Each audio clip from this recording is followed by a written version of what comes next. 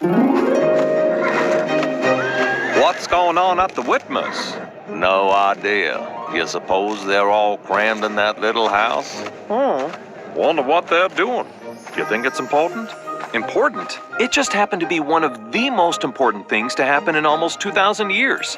Something all the prophets had testified would go forth boldly, nobly to all the world. It was the restoration of the kingdom of God on the earth, the Church of Jesus Christ.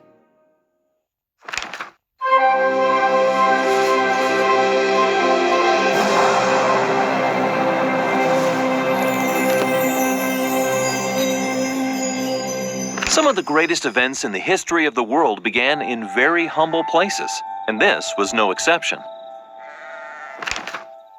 April 6, 1830 was the exact date the Lord told Joseph to restore his church. About 40 people from Palmyra, Harmony, and Colesville were gathered tightly inside the Whitmers' small farmhouse in Fayette, New York. It was only about 700 square feet. Talk about your tiny house. No kings, presidents, or galactic emperors were there. Just humble people, mainly farmers, planting a seed that would grow and spread through the whole earth. Following the laws of New York to establish the church, 6 men wrote and signed the necessary document. But even more important than following the laws of the land, the Lord's church was restored according to His commandment. Joseph began the meeting. I invite all present to humbly kneel and join in prayer, asking for the Lord's Spirit to be present. After the prayer, he asked, those who can accept Oliver and me as your teachers, and who are in favor of organizing a church, please raise your hand. Deeply humbled, Joseph saw every single person raise their hand in agreement.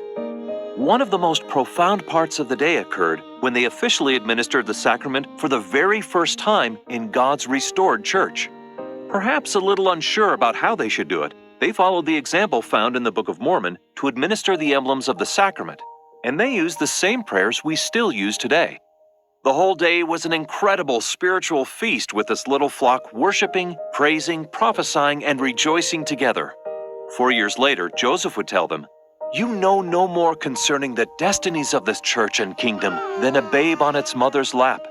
This church will fill North and South America. It will fill the world. Inconceivable!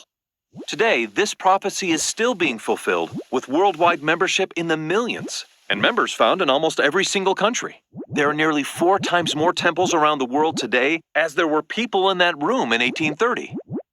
How would those original 40 people in that tiny farmhouse feel if they could see a general conference in the conference center? And how would we feel when we see the growth of the church in, say, 100 years? Mind blown. Like many others, after the service, Joseph's parents, Lucy and Joseph Sr., asked to be baptized. Helping him from the water, Joseph embraced his father and emotionally exclaimed, "Praise to my God that I live to see my own father baptized into the true church of Jesus Christ." Joseph was understandably thrilled and relieved to be united. Joseph Sr. had been raised with a strong belief in a loving God, but he'd never felt like he should join any of the local churches. Now, however, the Spirit of God witnessed to Joseph Sr. that this was the truth he'd waited for. You see, Joseph Sr. had grown up in New Hampshire in a very large, religious, close-knit family. His dad, Asel Smith, was a powerfully built farmer who'd served in the Revolutionary War and believed in freedom. He loved to gather his family together to discuss religion. He believed that Christ was sent to save everyone on earth, and not just Christians. Unfortunately, most local churches didn't really agree with that viewpoint. Asel would also tell his family of a strong feeling he had. He felt that God was going to raise up a prophet in his family that would be a great benefit to mankind. Providentially, before he died, Asel read and believed the Book of Mormon and rejoiced that his grandson, Joseph Jr., had been called as the Lord's prophet. Now, in the spring of 1829, before the church could be restored, the Lord asked Oliver Cowdery to draft a constitution for the new church. Oliver based it on the doctrine and ordinances he found in the Book of Mormon. He worked on it for an incredibly long time to have it ready before April. After some back and forth about what should be included, he and Joseph presented it to the Lord, and the Lord amended it according to what he wanted. Many of the basic doctrines, guidelines, and ordinances for the church are in the Constitution. No, not that Constitution. This Constitution for the Church is found in Doctrine and Covenants, Section 20. Now, since a picture is worth 1,000 words, let's draw what it shows. Of course, Christ is the foundation of the Church. Some of the pillars include the plan of salvation and the first principles and ordinances of the gospel, including specific prayers for baptism and the sacrament. Then there's the calling of prophets, seers, and revelators, which have authority from God. This Constitution also gives the basic organization and procedures to run the church. And finally, it defines the different offices in the priesthood, including apostle, elder, teacher, and deacon. It looks magnificent and contains the basics that will ultimately lead us to the Lord's temple. Now, this Constitution was pretty short compared to our current church handbook.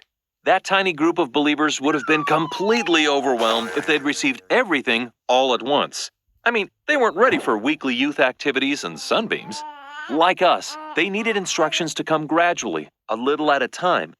In fact, the Lord continues to reveal truths for His church slowly, line upon line.